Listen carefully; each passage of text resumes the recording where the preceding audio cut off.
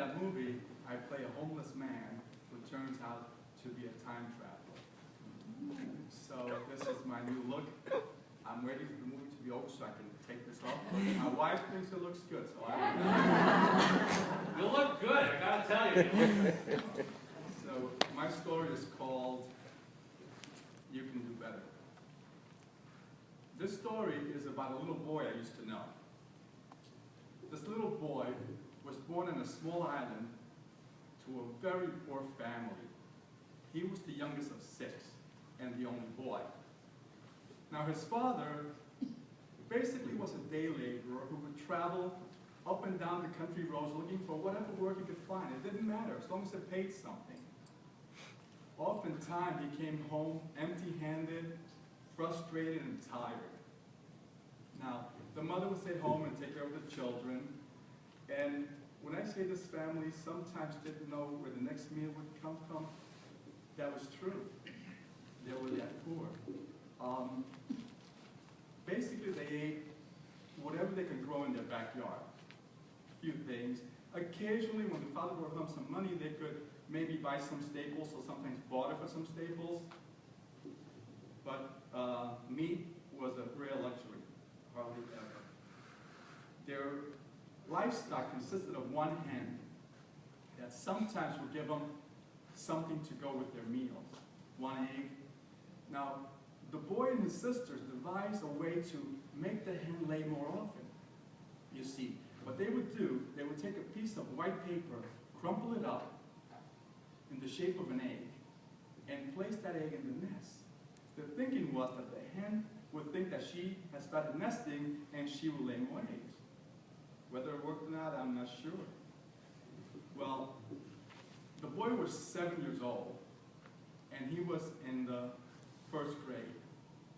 And his father came home excited. He had a great idea. He had heard that there were recruiters from the United States looking for workers. They were offering good paying jobs in the States. And he had also heard that in the States, money was so plentiful. If you saw money when you were walking down the street, you can kick it aside because there was so much to be had. Now, his plan was that he was going to go to the States, get a good paying job, and in a few short months, send for the entire family. Now, everybody was sad, but they were excited at the prospect of having a better life. So, the plan was set in motion. Now, they decided to pull the boy out of 1st grade because they figured, well, in a few short months, we got a plan, we have to pack. So, that was it. He came out of 1st grade. But a few short months turned into a very long time. The family did eventually go to the States, New York City, but by that time, the boy was so old, they had to put him in 3rd grade. So not only had he missed all that schooling, but he couldn't speak a word of English. So he was completely lost. There were no programs that would pull him out and teach him English, so he just heard a lot of noise. And he started to find ways to avoid going to school. He would pretend to be sick all the time, and his mother would leave him home, and the truant officers would show up at his door all the time, and they would threaten the family. And when he did go to school, he didn't know what was going on. When the teacher started asking questions, he would try to hide his head in his desk. He felt that he was dumb. He wasn't smart like all the other kids. So something was wrong with him. I mean, it was terrible. But when he was at his lowest, when he felt the worst, he started to get a feeling inside. A feeling so strong that it was almost like a voice. A voice that told him, you can do better. You're not yet where you need to be. That was the feeling he got. Well, the boy had spent 2 years in 3rd grade, and he was getting too old for elementary school. So the school decided to move him on to junior high school, and the junior high school was chaos. It was overcrowded. There were like 9 classes in each grade, and the classes were numbered from 1 to 9. And it was common knowledge that the smart kids, they were in the lower number classes. Of course, this boy was placed in the highest 7th grade class. And he doesn't remember much. I mean, junior high school was like a blur to him.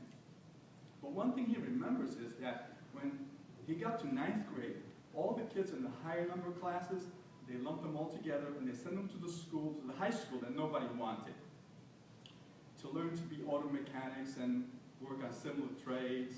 Well, not surprisingly, he didn't last a full year in that school. He dropped out of school. He had to get a job, so he got a job in a clothing store in mid-Manhattan. His job was to sweep, mop, clean, dust the shelves, and as he swept the sidewalk, and he saw those well-dressed people walking by, that feeling, that voice got stronger, and it told him, you can do better. You're not yet where you need to be. Well, after a few bumps in the road and mishaps, the family moved to another part of town, into a building where the boy's uncle was the superintendent, the janitor. And the uncle started to tell him about the school that his own children went to, and he said, you know, give school another try. Maybe it's worth a try. They love it. It's great. The boy was reluctant and hesitant, but he said, you know what? Maybe it's worth a shot. So he enrolled in this new school. Then something amazing happened. Not only did that voice, that feeling got stronger, you can do better. You're not yet where you need to be. But the boy started doing well in all his classes. Almost as that proverbial light bulb went on in his head. All his grades, most of his grades were A's, and then something astonishing. The other kids started to ask him for help with their homework. And he started to think, well, maybe this is some kind of fluke. Some kind of mistake. I mean, me? But I guess it wasn't a mistake, because not only did he graduate high school, but he graduated right on time, even though he had spent 2 years in the 3rd grade, because his last year, he doubled up all his subjects. And when he graduated, he got several awards. And he remembers walking across that stage in a dreamlike state, and he could hear the roar and the applause of the audience. And above the noise, he could hear that voice, that feeling that shouted, you can do better. You're not yet where you need to be. Well, after high school, the boy was drafted into military service, and he did his 2 years, and when he came out, he got a few clerical jobs here and there, but that feeling, that voice wouldn't leave him alone. It still haunted him, and it told him, you can do better. You're not yet where you need to be.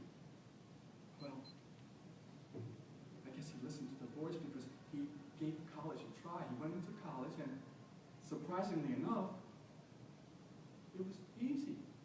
All his courses seemed easy enough, and he graduated from college. He started teaching.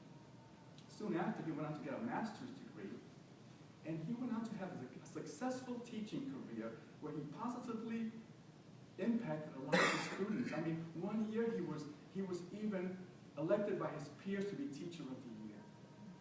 Now, a boy that had come from that place, it's hard to believe. Well, by now some of you have guessed that I was that little boy. And I tell you the story so that if you know someone who struggles, someone who is filled with self-doubt, who doesn't believe he or she is good enough or smart enough, I want you to tell them to look for that feeling, to find that feeling, to listen to that voice. And if they tell you they don't have it, tell them to search deeper, because I know that it is. And it'll tell them, you can do better. You're not